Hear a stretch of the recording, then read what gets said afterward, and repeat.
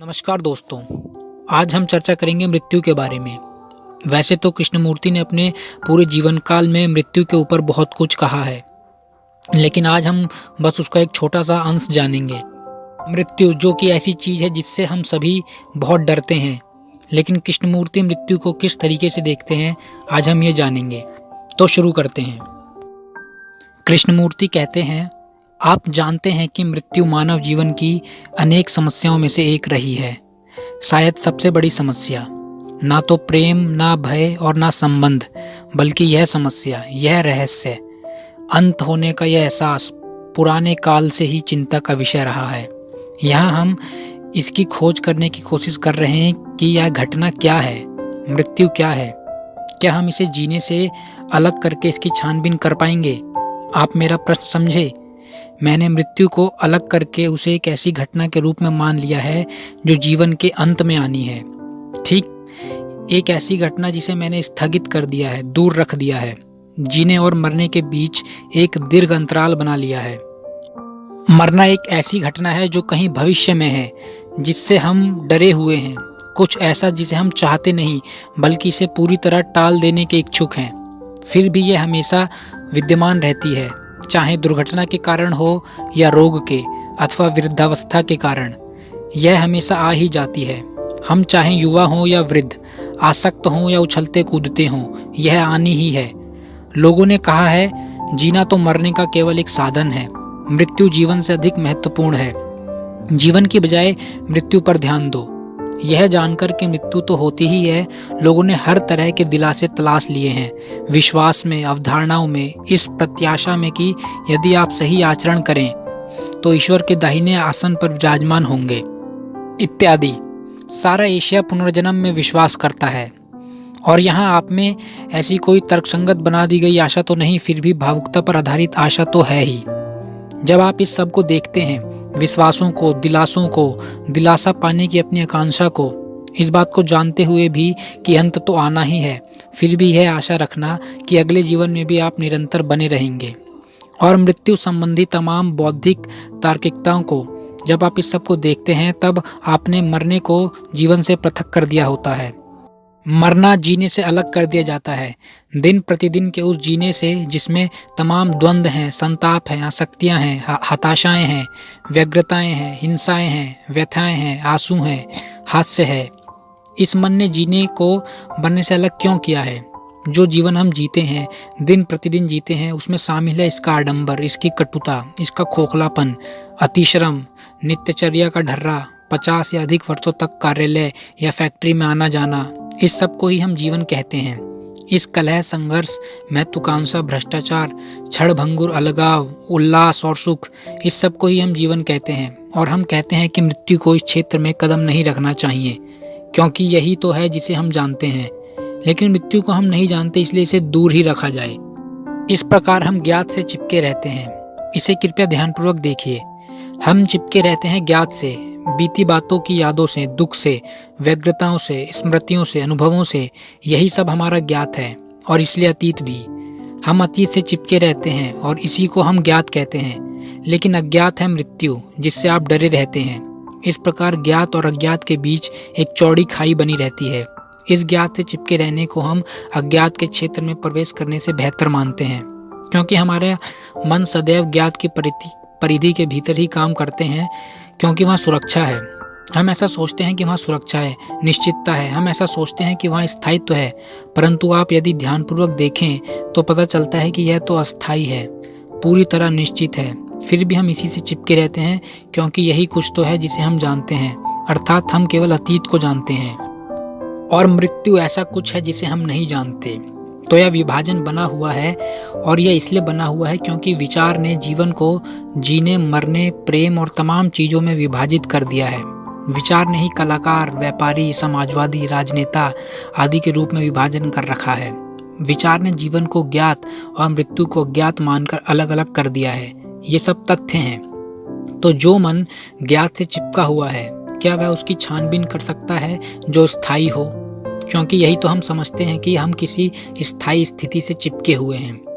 आपके व अन्य के बीच स्थायी संबंध तथा भूमि, संपत्ति, धन, नाम, रूप और विचार का स्थायी स्वामित्व, परंतु क्या कोई ऐसी चीज स्थायी भी होती है? विचार के तौर पर नहीं, बल्कि यथार्थ में। इस पर काम करिए। क्या कुछ भी ऐसा है जो स्थायी हो? मेरा नाम, मेरी प्रतिष्ठा, मेरा घर, मेरी पत्नी, मेरे बच्चे, मेरे आदर्श, मेरे अनुभव। फिर भी मन स्थायी तो चाहता है, क्योंकि उसमें सुरक्षा है।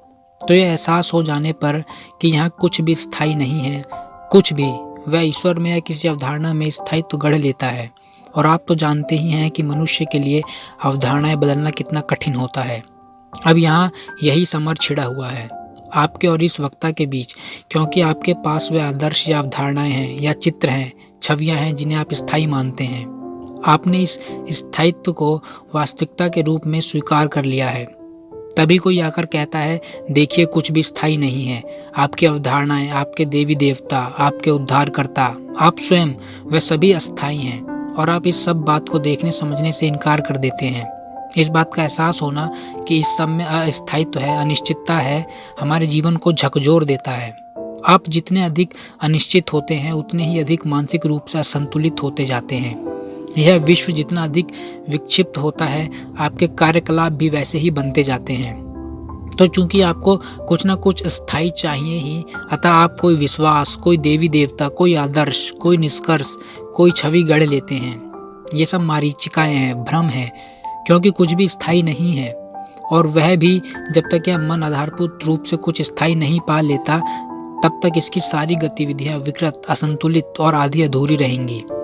क्या कुछ ऐसा है जो पूर्ण रूपेण स्थायी है? आप इस सब को समझ रहे हैं ना? भगवान के वास्ते इसे समझिए, यह आप ही का जीवन है। यदि कुछ भी स्थायी नहीं है, तो जीवन पूरी तरह निरर्थक हो जाता है। तो क्या कुछ ऐसा है जो स्थायी है? कोई मकान या कोई अवधारणा नहीं, बल्कि कुछ ऐसा जो इस अस्थायित्व के परे ऊपर हो। हम इसी की खोजबीन कर रहे हैं। आपको इसे थोड़ा ध्यान से समझ लेना होगा, अन्यथा आप इसे चूक जाएंगे। हम अतीत में जीते हैं, और यही अतीत हमारा स्थायित्व की हमारी अवस्था बन गया है। जब आप अवलोकन करते हैं और अतीत के इस भ्रम को देख लेते हैं, तब उस प्रत्यक्ष बोध से क्या प्रकट होता है? मैं देख पाता हूँ कि अतीत में जीने की कुछ उपयोगिताएं तो हैं।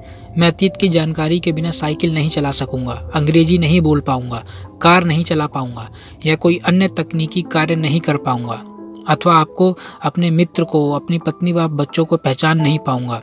परंतु क्या मन की कोई ऐसी स्थिति, ऐसा गुणधर्म है जो उस विचार द्वारा ना गढ़ा गया हो, जो स्वयं ही अस्थायी है? क्या उस प्रत्यक्ष बोध से कोई स्थिति प्रकट होती है? वह गुणधर्म है प्रज्ञा।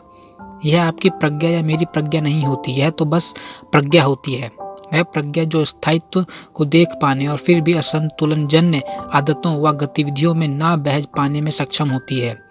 चूंकि यह प्रज्ञा है, अतः यह सदैव वही करती है जो सम्यक है। आप इसे समझे। इस प्रज्ञा के साथ अब हम मृत्यु को देखने समझने जा रहे हैं। हम कहते हैं कि मृत्यु एक अज्ञात चीज है। अपनी सभी ज्ञात चीजों के प्रति आसक्त रहने के कारण जिस बात से हम डरते रहते हैं, वह है उस आसक्ति को पूर्णतः अंत हो जाना। अपने नाम के प्रति आसक्ति, अपने परिवार, अपने रोजगार के प्रति आसक्ति, जिस पुस्तक को मैं लिख चुका हूँ और जिसे लिखने की उम्मीद करता हूँ उसके प्रति आसक्ति, या भगवान जाने और किस तस्वीर के लिए आसक्ति, नाना रूपों में आसक्ति है। मृत्यु है इन सभी आसक्तियों का अंत हो जाना। तो क्या प्रतिदिन जीते हुए आप आसक्ति से मुक्त हो सकते हैं और इस प्रकार मृत्यु को आमंत्रित कर सकते हैं? आप समझ रहे हैं ना मैं किस बारे में बात कर रहा हूँ?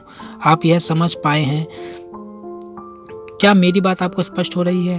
तो अपनी पुस्तक की आसक्ति के प्रति, अपनी प्रतिष्ठा, अपने परिवार, अपने रोजगार, अपने मान सम्मान, अपनी अहम मान्यता के प्रति, अपनी ईमानदारी के प्रति और अपनी महिमा के एहसास के प्रति, इस प्रकार जो कुछ भी है उस सब के प्रति मैं आसक्त रहता हूँ। मृत्यु का अभिप्राय है इस आसक्ति का अंत हो जाना। तो क्या मैं इस आसक्ति को इसी क्षण अंत कर सकता हूँ? यही मृत्यु है। इस प्रकार मैं मृत्यु को जीवन के इसी क्षण में ले आता हूँ। तब भय भी नहीं रहता। जब मन इस बात का सत्य देख लेता है कि मृत्यु उन चीजों का अंत है जिनके प्रति आप आसक्त हैं, भले ही वह आसक्ति फर्नीचर के प्रति हो, अपने चेहरे के प्रति हो, आदर्शों इत्यादि के प्रति हो, तब आप मृत्यु नामक इस दूर रख दी गई स्थिति को जीवन के तत्क्षण कर्म में ले आते हैं, और यही होता है आपकी आसक्ति का अंत। तो मृत्यु का तात्पर्य है उस मन का संपूर्ण नवीनीकरण जो अतीत के पाश में आबद्ध रहा है। आप समझ रहे हैं? तब मन आश्चर्यजनक रूप से जीवंत हो उठता है। अब वह अतीत में नहीं जी रहा होता।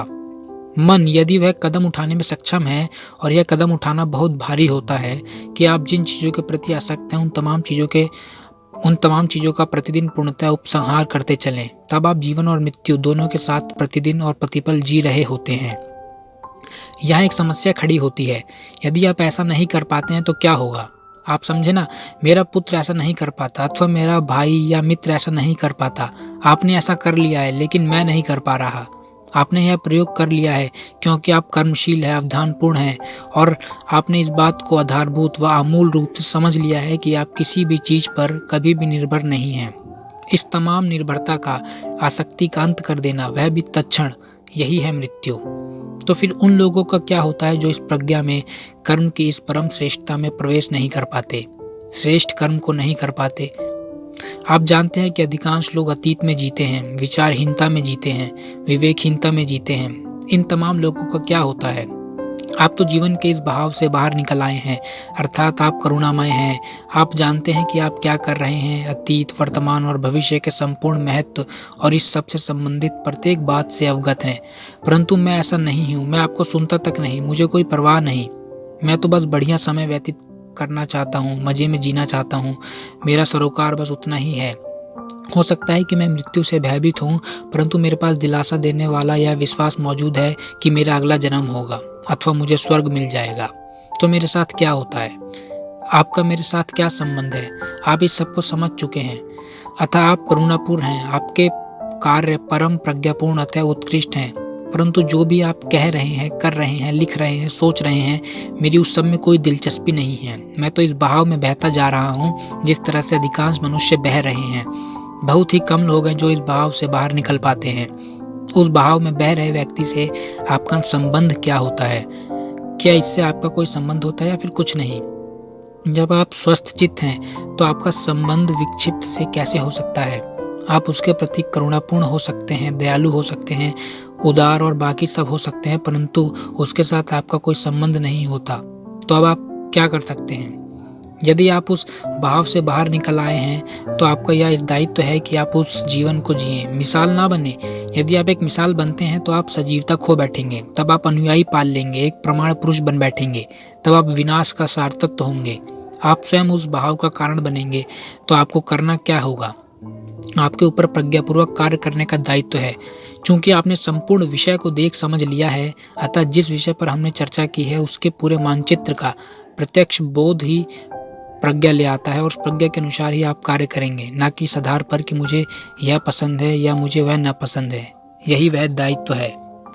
तो दोस्तों, ये कुछ छोटा सा अंश था कृष्णमूर्ति का मृत्यु पे दिया गया प्रवचन का।